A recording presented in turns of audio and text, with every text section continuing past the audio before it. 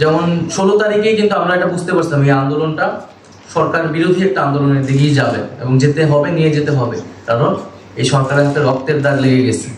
সেদিন 6 জন মানুষ মারা গেছে এবং তার আগের দিন ঢাকা বিশ্ববিদ্যালয়ের মেয়েদেরকে হামলা করা হয়েছে। এবং 9 দফা সাজানো হয়, 9 দফার ভিতরে 1 দফার মেসেজটা ছিল, কিন্তু আমরা প্রথমেই 1 দফার দিকে যাইনি, কারণ আমরা জানি যে এই 1 দফার বা পুরো সরকার পতনের বিষয়টা জনগণের ভিতর থেকে আসতে হবে। মানুষ যখন চূড়ান্তভাবে সিদ্ধান্ত নিয়ে নেবে আমরা তখন আনুষ্ঠানিক ঘোষণাটা দিব, এবং এইরকমটাই হয়েছিল। 3 তারিখ কিন্তু বৈষম্য বিরোধীর পক্ষ থেকে আনুষ্ঠানিক ঘোষণাটা দেওয়া হয়, কিন্তু তার আগে কিন্তু মানুষ সিদ্ধান্ত নিয়ে নিয়েছিল। এবং শহীদ মিনারে আসলে 1 দফার বাইরে অন্য কিছু বলার সক্ষমতা আমাদেরও ছিল না, কারণ মানুষ ওইটাই তখন মানুষের দাবি। আবার গণভবন যে ঘেরাওয়ের যে কর্মসূচি, 5 তারিখে কিন্তু কোনো আনুষ্ঠানিক কর্মসূচি ছিল না যে গণভবন ঘেরাও করতে হবে। 5 তারিখ কর্মসূচি ছিল লং মার্চ টু ঢাকা, ঢাকায় আসতে হবে।